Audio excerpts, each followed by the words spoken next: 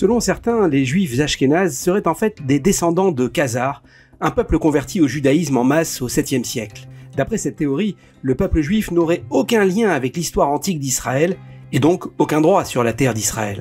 Pour comprendre cette théorie, contextualisons d'abord. Les deux plus grandes communautés ou dénominations au sein du judaïsme sont les séfarades et les ashkénazes. Les séfarades sont les descendants de juifs arrivés sur la péninsule ibérique après les exils babyloniens et romains. Suite à leur expulsion d'Espagne en 1492, ils ont fui vers l'Europe du Sud, les Balkans et l'Afrique du Nord, établissant ainsi une ascendance incontestée. Les ashkénazes, quant à eux, sont ceux dont les ancêtres sont arrivés dans la vallée du Danube et les régions du Rhin après l'exil romain. Cependant, certains remettent en question ces événements historiques. Une hypothèse remontant à la fin des années 1800 affirme que tous les juifs ashkénazes descendraient des Khazars.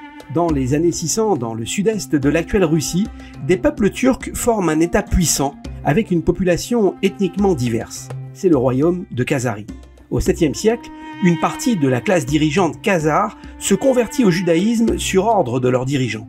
Mais certains affirment que toute la classe dirigeante se serait convertie en masse. Ainsi, les Ashkénazes, qui seraient leurs descendants, n'auraient pas migré de Jérusalem et de Babylone comme ils le prétendent, mais auraient plutôt migré de la Russie et de l'Ukraine, faisant d'eux des faux juifs.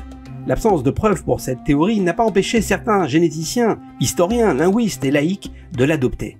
Cette théorie a même reçu le soutien d'universitaires de Tel Aviv et de Sheffield en Angleterre. Cette hypothèse a pris de l'ampleur en 1976 lorsque l'écrivain et anthropologue Arthur Koestler publie son livre La 13e tribu. Koestler pensait qu'en prouvant que les juifs ashkénazes étaient en réalité plus européens que sémites, cela renverserait les fondements de l'antisémitisme européen.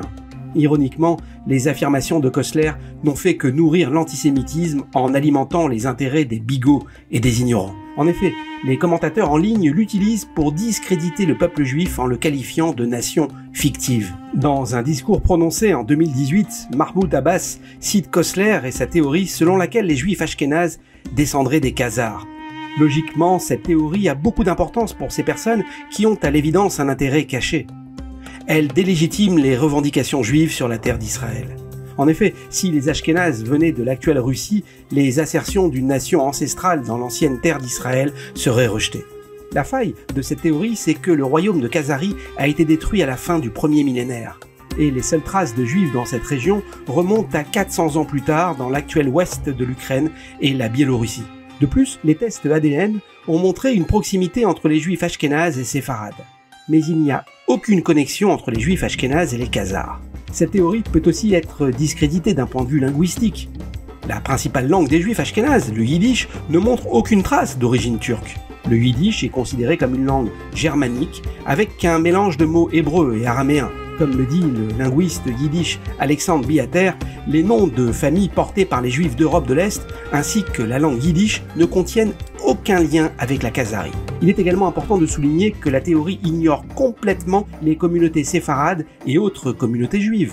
En effet, elle donne l'impression que les Ashkénazes sont les seuls juifs en omettant les autres communautés, notamment séfarades, yéménites et éthiopiennes, ce qui est bien sûr absurde. Conclusion, il s'agit simplement de théories du complot complètement infondées.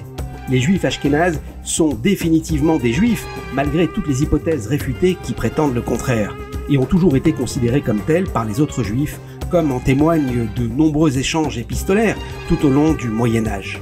Le droit du peuple juif sur la terre d'Israël, ashkénaze comme séfarade, reste inaliénable, quelles que soient les théories douteuses utilisées pour le remettre en question.